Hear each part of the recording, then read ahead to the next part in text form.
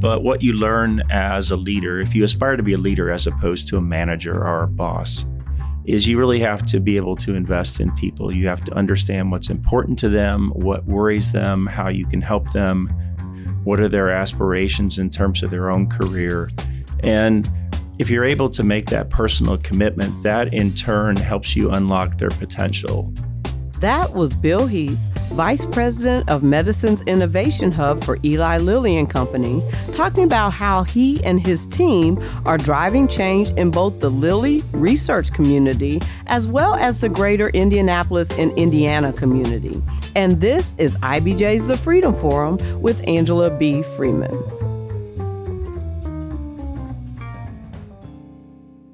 So, Bill, welcome to the Freedom Forum, and thank you so much for joining us this month.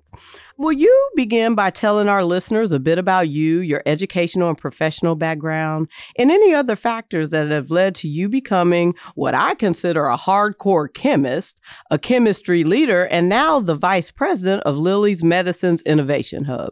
Well, thank you very much for the invitation, Angela.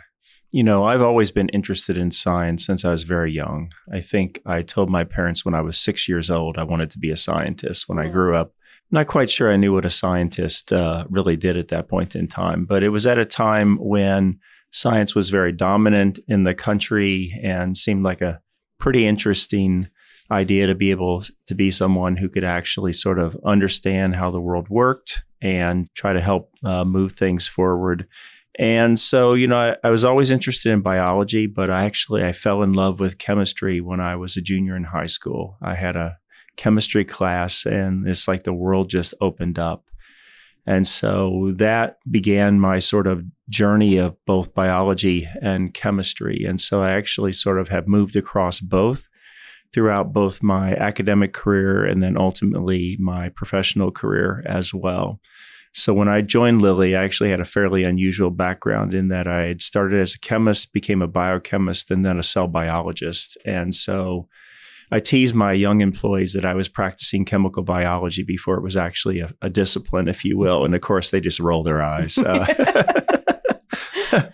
And, you know, given the fact that I have broad interest and a lot of curiosity about how things work, I did not limit myself in terms of the opportunities I would take on at Lilly. And I was the bit of the oddball who, when problems arose, I was always interested in finding solutions. I tell people that oftentimes we have a lot of smart scientists who can identify the problems, but far less who are interested in actually digging in to try to solve them. And I was one of those individuals who decided I wanted to solve them, which then led me to be tapped to take on roles that moved me across the business. Yeah. And I've worked in 11 different areas of the company across both discovery and development and through the commercialization of medicines, which is what has allowed me to sort of take on the role I have today with a group that spans from idea generation and discovery all the way through to global launch of medicines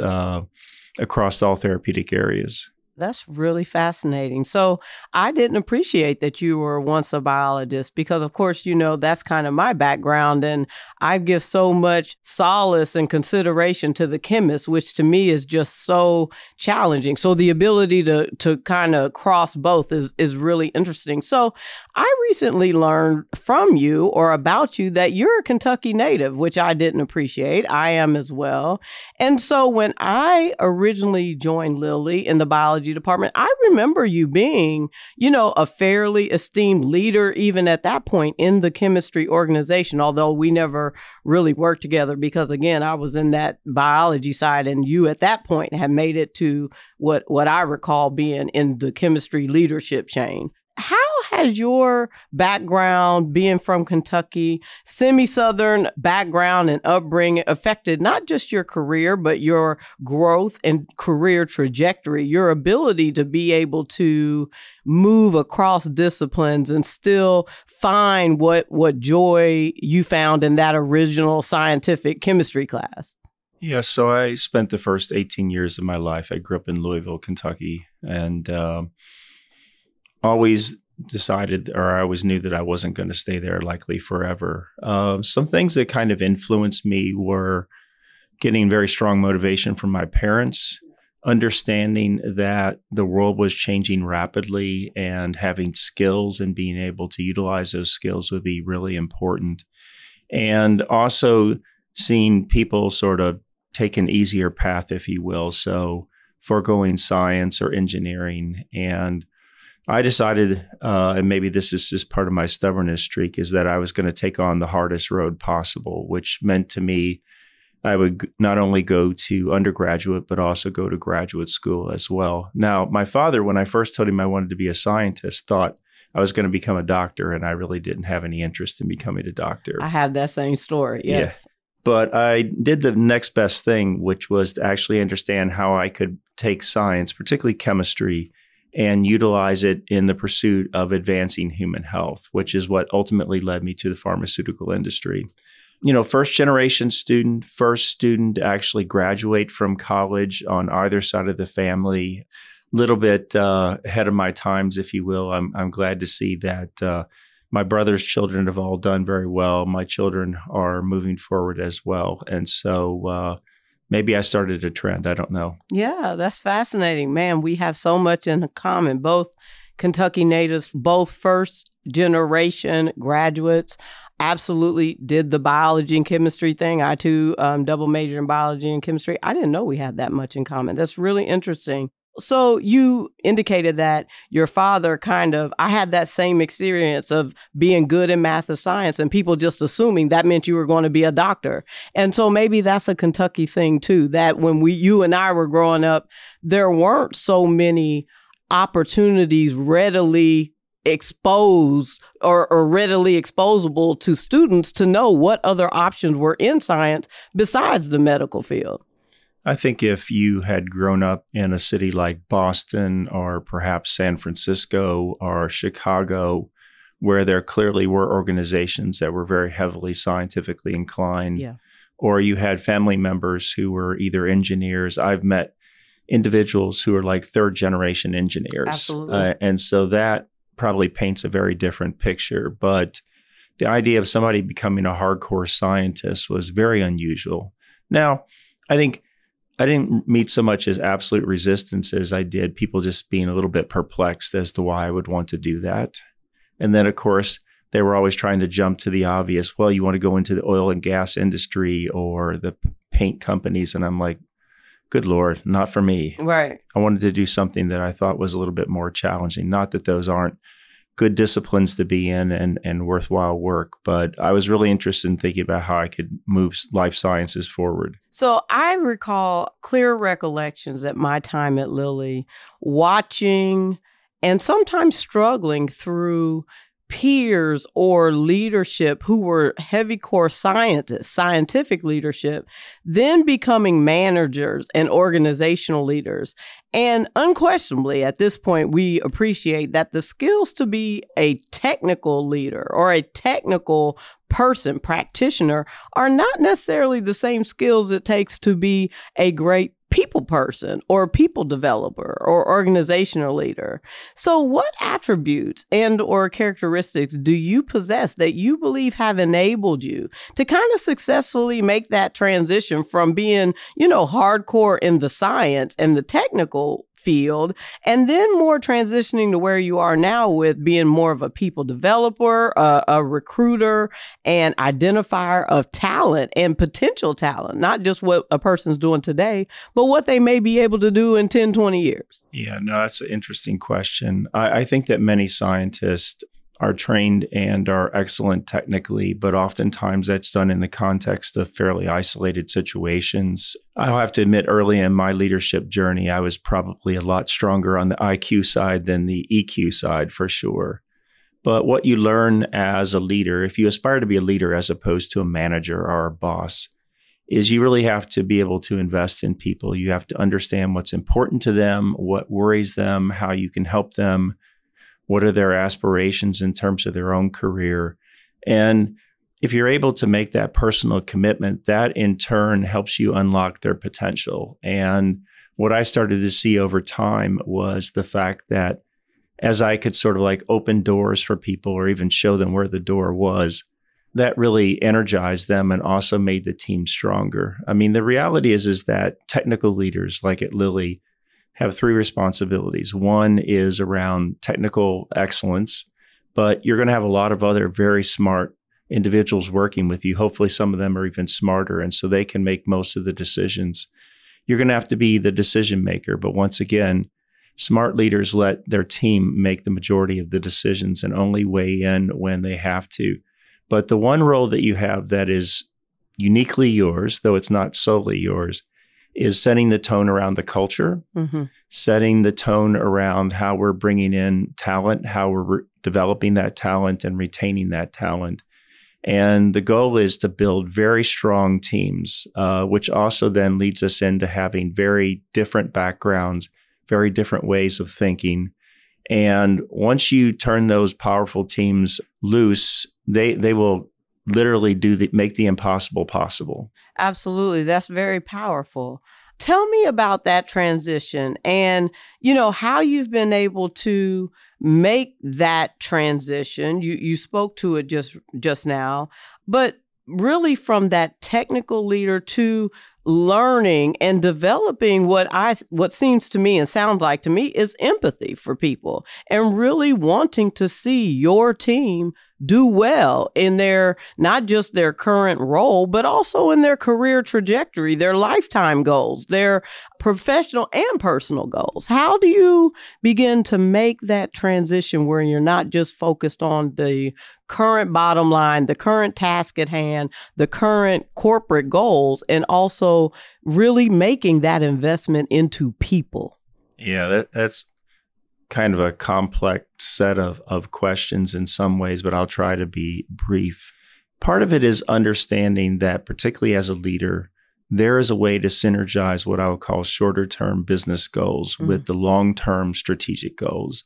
So I try to think 5 to 10 years in the future. So when I'm hiring talent, I'm very well aware of the capabilities that they have, both in terms of training and also experience. But I'm trying to envision the type of contributor they can be in 5 to 10 years with the right opportunities and how we can invest to actually ensure that that potential is realized.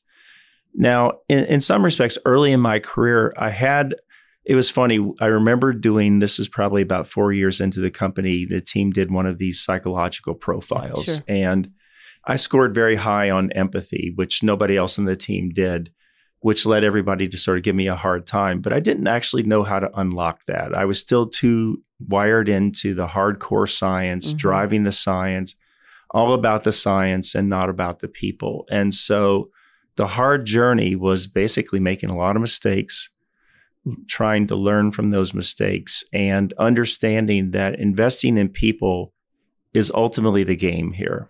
You know, I've been involved with a lot of really cool science. I've been able to contribute to moving medicines from idea to the commercial realm. But the thing that I'm the most proud of are the people that I've been able to bring into the organization and grow over time. That is my legacy.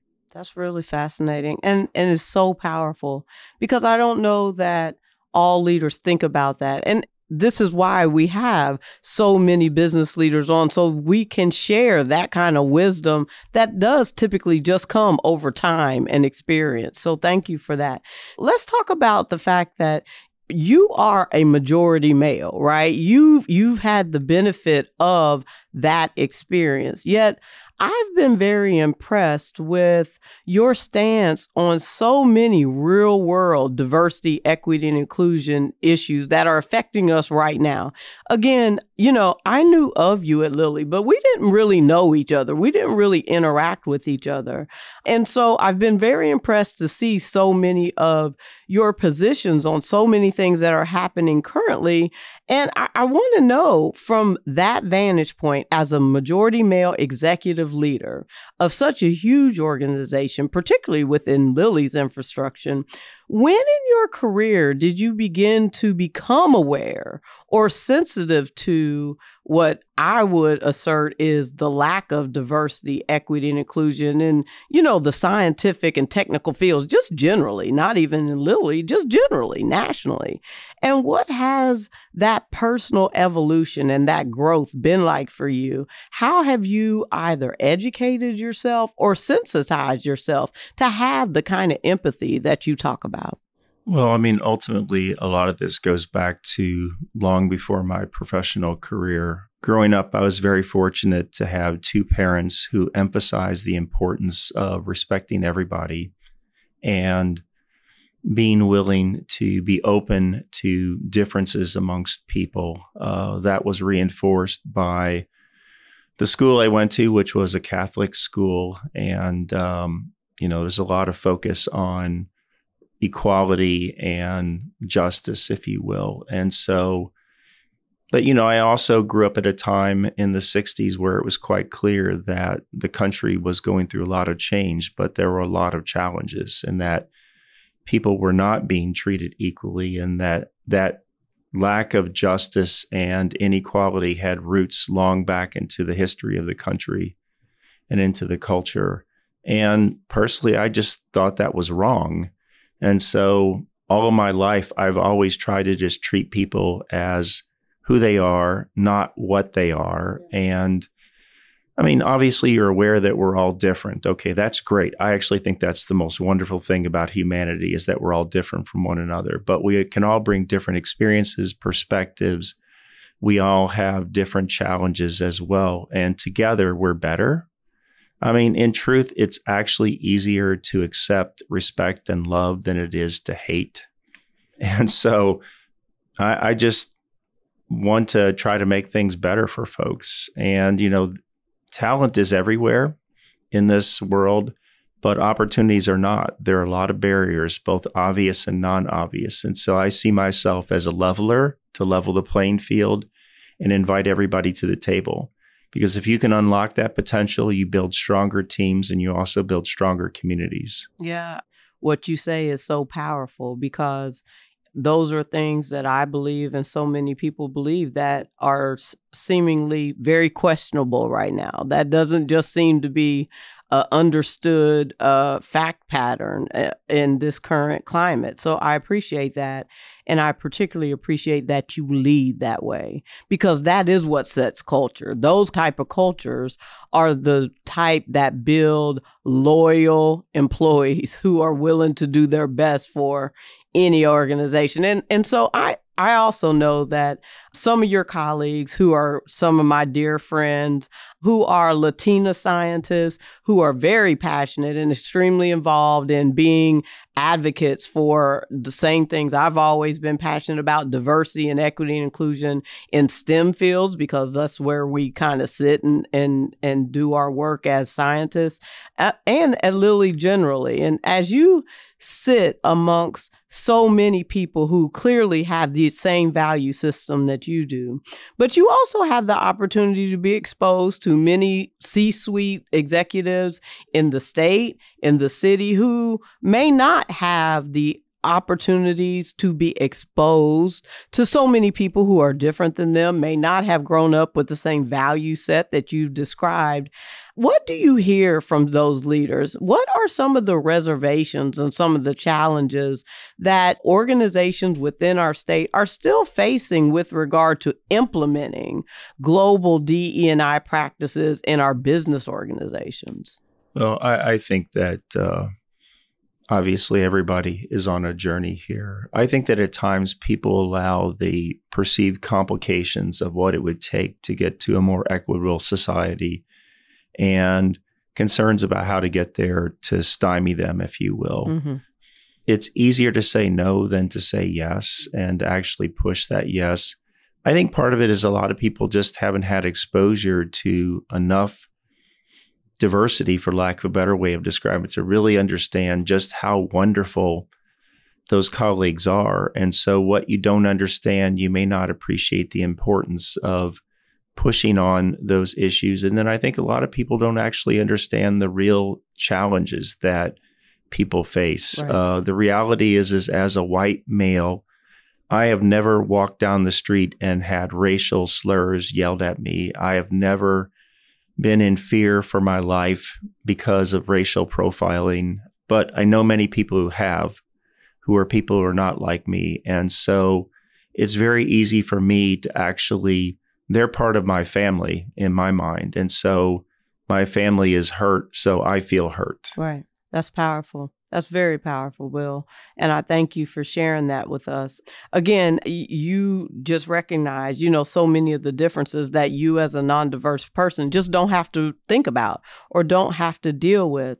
But how critical has it been for you, either from your background and seemingly through your career trajectory, because certainly when I was there, Lilly was very diverse, in having exposure to so many diverse people? I mean, I feel like coming from Kentucky, and again, you were in Louisville, I was in Berea, Kentucky. So those in and of itself are completely different environments. You had exposure to more diversity in and of itself than I did. But certainly Lilly is very diverse and absolutely opened my world to even more diversity, international diversity, as compared to just black and white, which is what I had kind of grown up with. But how important has it been for you to have this kind of diverse perspective and these diverse people in your life to kind of share these experiences with you over the course of your life, your career? Oh, it's been very important. I'm very fortunate that I have colleagues who are very open with me about the challenges that they face, including many reverse mentors who can sort of help me understand what they've been through, what their colleagues are going through. And oftentimes I find that input to be extremely valuable in terms of helping me understand how I can influence the broader organization. Sometimes it's just the little things where people don't even realize that they're giving offense, or they're not putting enough weight in terms of trying to help people. And so being able to get those perspectives and actually learn and hopefully grow from that information has been essential. Yeah, you just hit on a nugget that I want to focus on a little more. I'm in the context of writing a conversation about lifelong learning. And you seem to as well be a person who is always open to learning more, whatever that can be. How has your desire as a scientist, and just that what brings a scientist, makes a scientist that person, always looking to explore, always looking to find answers to problems or challenges, how has that also, that kind of need or desire for more learning, more exposure, how has that helped you in your diversity journey? How has that kind of driven your sensibilities to some of the challenges that people, unlike yourself, may face? Well, this is going to sound a little funny, but my scientific training has allowed me to become very intentional in terms of that exploration and doing assessments of what seems to work well and what's not working well. And also, my team will tell you that I'm never satisfied. As a matter of fact, I just had a discussion about we should pick holes in some of our recruiting strategies, because while we've gotten some great results, I want us to be even greater. Yeah. And of course, I think at times people think that I'm being critical, and I'm like, no, I'm not being critical. I think the team has done a wonderful job, but I think that we need to continue to try to be even better. It's like, Dave Ricks always asks this question, what does great look like in your space? And I think it's an awesome question, to be honest, because unless you ask yourself, what does great look like? You'll never get there. You might be content with just being good.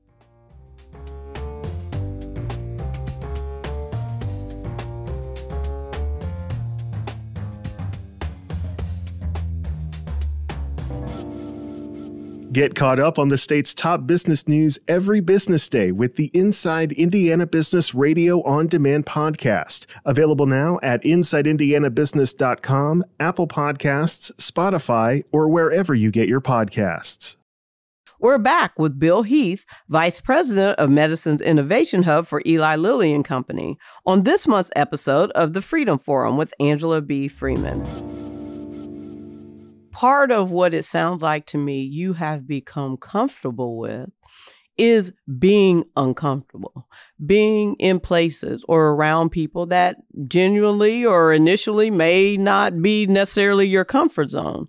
So can you talk to us, and particularly other non-diverse leaders that may be out there who are challenged in getting out of their own comfort zone in order to better understand some of the real life DE&I issues that affect, their personnel, their workforce, people in their community, community, their family, etc.? And how can they better be empowered to affect change if they allow themselves to get a bit uncomfortable?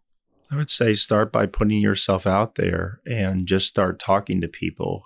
I know many leaders whose intentions are good in this direction, but they don't know how to get started.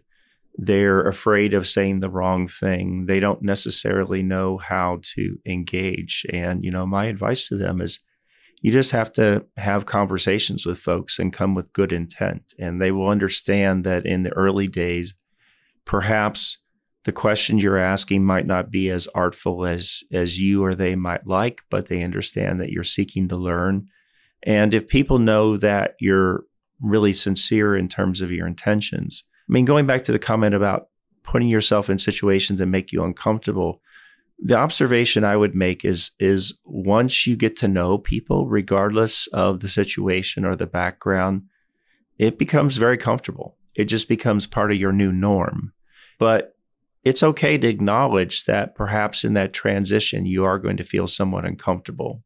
I appreciate that because you seem to share a view I have too, that diversity and being around so many people who initially I would never know or experiences I would never have truly defined the fabric of what I think is so wonderful in my life. Those are the very experiences that I look back on and am so fond of and so thankful that, oh my goodness, if I wouldn't be in this position with this particular person in this situation, I would never have this experience, and how much I would have missed without that experience, whatever that is. And I think you have also been able to find the beauty in that as compared to, the fear. The other thing is, and I don't say this lightly, but those of us who have been afforded a degree of security, I would go so far as to say privilege, have a special obligation to step forward and be seen. Yeah. All too often, I see organizations, so I'm connected with DEI personnel across the industry. I see in many cases, they are essentially turfing that out to individuals who come from underrepresented communities. And while it's great to have those folks involved because they clearly have greater insight and a lot of passion, you have to make sure that the rest of the team is coming forward as well. So let's change focus a bit, because you mentioned, part of what got you involved in science was that science was really prominent. It was at a time when, science was really a focus. There was a lot of reverence for science and scientific thought and research, et cetera. But recently with COVID, that's been challenged quite a bit. And even as a scientist myself, I was challenged during these past couple years with all the doubt and questioning of science and data in a way that I've never experienced in my lifetime. I don't know that we've experienced in generally in our country. And that coupled with so much racial and social justice and injustice, movements for justice. So I'm wondering, how did you experience that time with, facts and science and data being really challenged in a way that I suspect you haven't experienced either? How has COVID kind of changed your view or vantage point on science or the nation's acceptance of science and data? What are your thoughts there?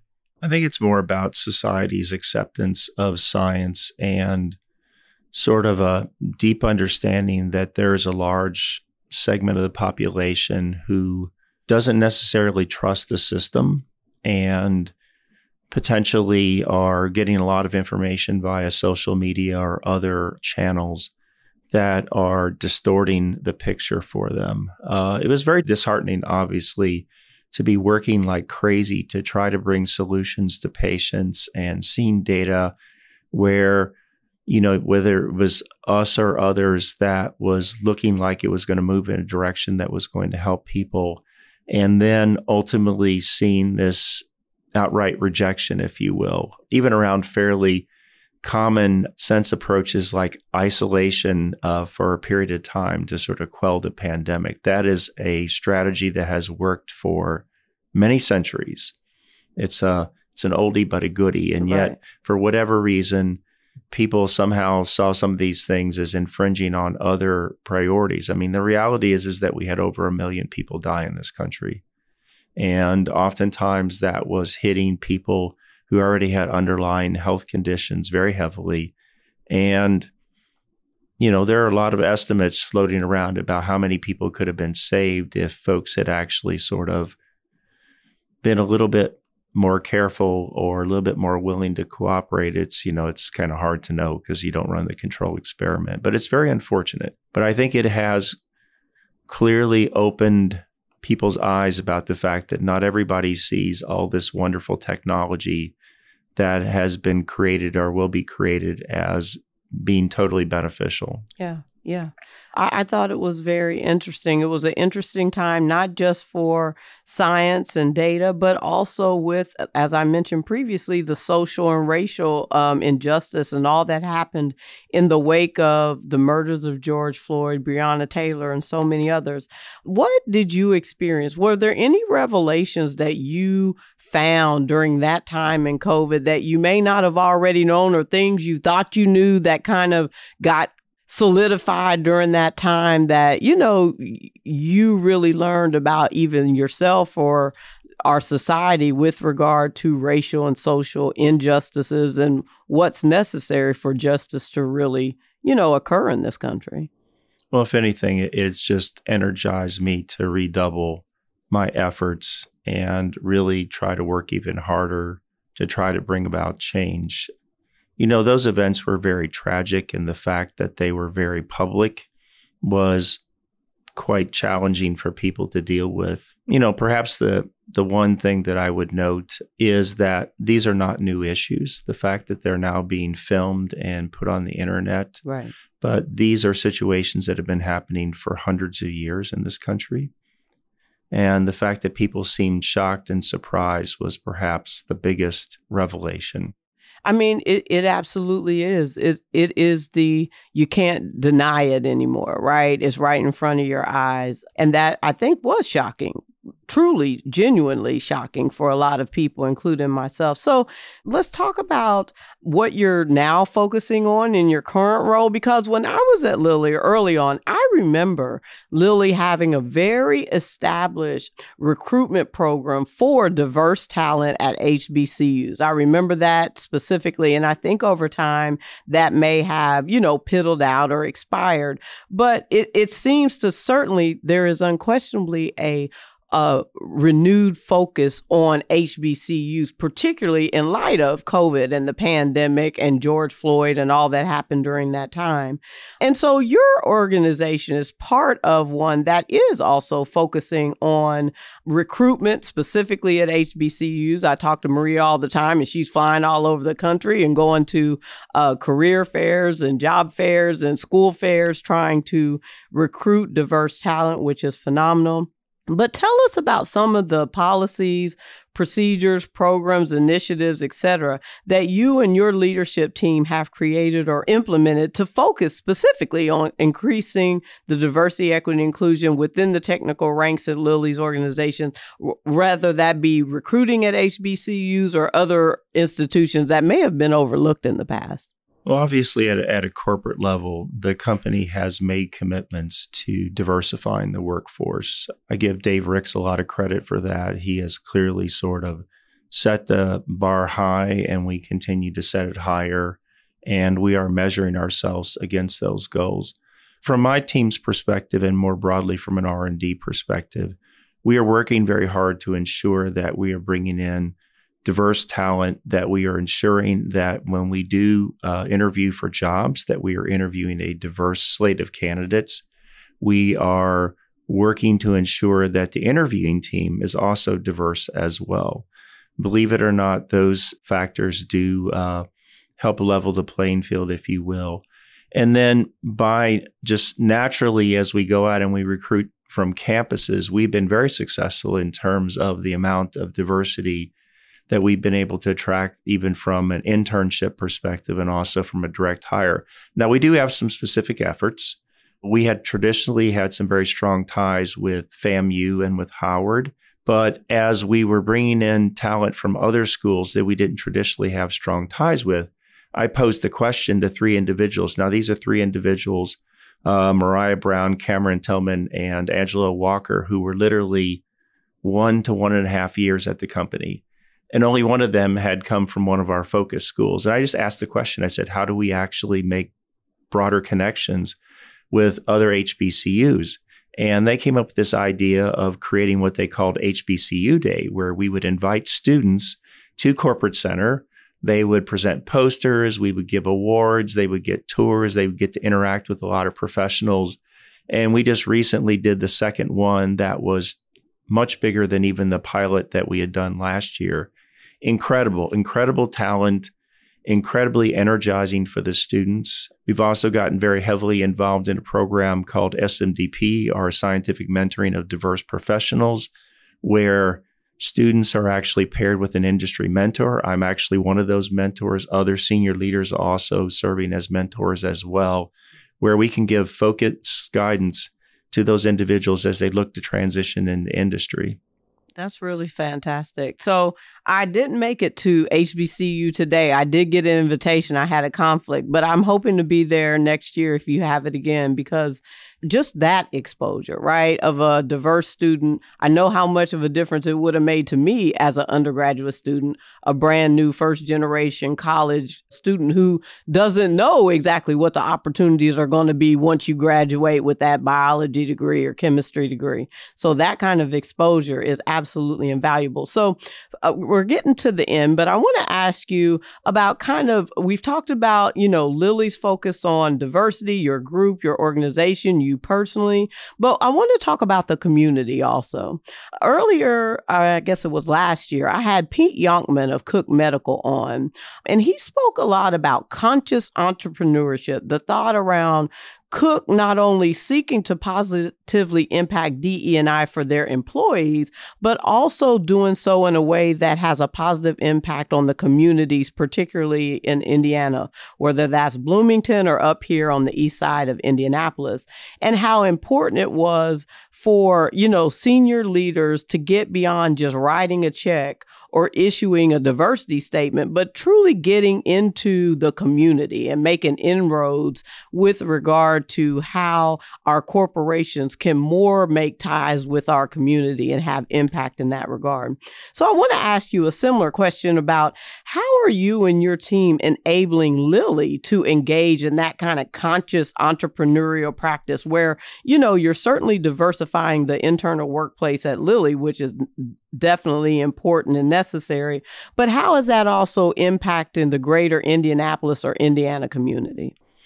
Well, one of the side effects, if you will, of both the COVID pandemic and seeing the disproportionate, hit that occurred on minority communities, and then also in the light of the racial and social justice issues that we've already spoken on, Lilly has taken a very bold stance in terms of being engaged in the community and trying to make a difference. One of these is actually increasing the amount of work that we do with minority-owned businesses. I believe that last year, the amount that we spent with minority-owned businesses was $358 million, which translates to about $700 million in economic impact. Those numbers are the roughly. In addition, we're looking to build sustainable collaborations with many groups. So whether it's Black, Latino, many other organizations, we're looking to be very engaged. So it's our people's time, not just money. And we live in the communities that we work in. And so we want to be part of a better Indianapolis, part of a better Boston, part of a better San Diego, et cetera. And so we are looking to engage. It energizes our employees tremendously to know that they can be part of something bigger than themselves and see that it's not just about Lilly writing a check, but we're actually putting sweat equity into the process as well. Yeah. And so I see this as continuing to grow over time. So, you and I have been around long enough where, to your point, it's not about what we're doing actively, but now trying to recruit, retain, advance the next generation, right? Really beginning to pour some of our expertise and knowledge and experiences into the next generation in order to make a better Indianapolis, a better Indiana. As you think about, some of our other corporate organizations within the city or the state, give us some advice on what you believe our corporate leaders, whether in an official title or not, but considered to be corporate leaders, can continue to do to be seriously actionable in increasing and improving DE&I in our state businesses and our state organizations. And then any resources that you would suggest with regard to getting a little more comfortable with the idea of being uncomfortable, getting a little more comfortable with some of the topics that we've talked about today. I'm encouraged by what I'm seeing, that many organizations, many companies are coming together and sharing best practices, and also understanding that by working together, they can be a bit of a force multiplier in the community. The key, though, is sustainability. Oftentimes, people can start initiatives with a lot of energy and a lot of good intent, but it takes continued pushing to actually drive forward down the field. And this is where I think that people have to understand they're running a marathon, not a sprint. And they need to sort of continue to test what's working, what's not working, and also encourage each other. I mean, we have some great conversations with some of our major counterparts here in the city where we're cheering each other on in terms of, best practices, what's working, because together we can actually make a better community happen. Lilly in isolation or Cummins or Rolls-Royce or Cook, we can do something, but together we can be much stronger. And then hopefully that mass, center of gravity, if you will, attracts others to the banner as well. Yeah. So is there such a organization or such a, communal force with so many of the major players in the city around DE&I? And really, I don't know of that, so I'm asking. I think a lot of it tends to be informal and tends to also be channeled through some of the normal business forums that exist. Sure. But it's become a much stronger part of the conversation. And so, again, finishing off, any resources or tools, tips you would offer that have helped you kind of get to this point? I mean, I appreciate that you are a Kentucky guy. You have a sense of empathy initially, but that's seemingly been a growth process over the course of time. So, again, any tools you would offer to help people along that journey? As you said, we're all kind of in different stages of that journey. What would you offer?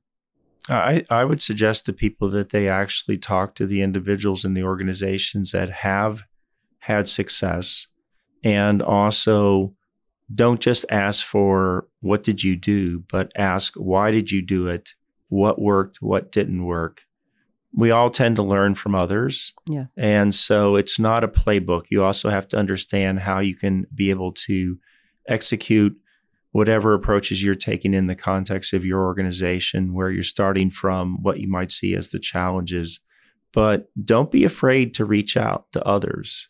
I'm more than willing to talk to colleagues about what we've been doing. I'm actually very proud of what we're doing, not only in terms of my team, but also the broader Lilly. I think we've made a lot of progress. We've learned a lot along the way. I'm very open in terms of sharing those learnings. And so to me, being willing to just engage in the conversation is the best way to start. Well, thank you for all your time here. Is there any final thoughts, any nuggets of wisdom that we may not have addressed that you'd like to share with our audience before we leave? I mean, the country is changing a lot. And to a point that you raised earlier, there are a lot of challenges at this point in time. I believe in this country. I believe in the strength of its people. I believe in the sense of purpose. But we also have to be knowledgeable about the fact that things haven't always gone in an ideal way. You have to be willing to actually understand the not so good and integrate that with the good. It's the synergy of the and as opposed to the tyranny of the are. And I see too many people who want to take a position on one side or the other and basically make that the lens that they're viewing the world through. we all have to work together. This country is strong by the nature of the people that we have had come here. We are a nation of immigrants. And so, that's just been the story of success for this country. We're very unique in that regard. Yeah. Yeah.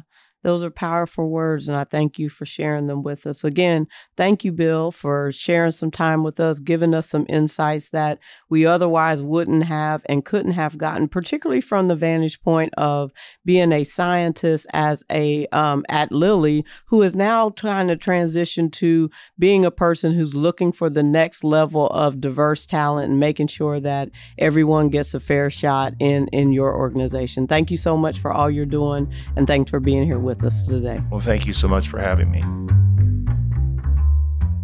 Thank you again to Bill Heath, and thanks to you for joining us on this 21st episode of IBJ's The Freedom Forum with Angela B. Freeman.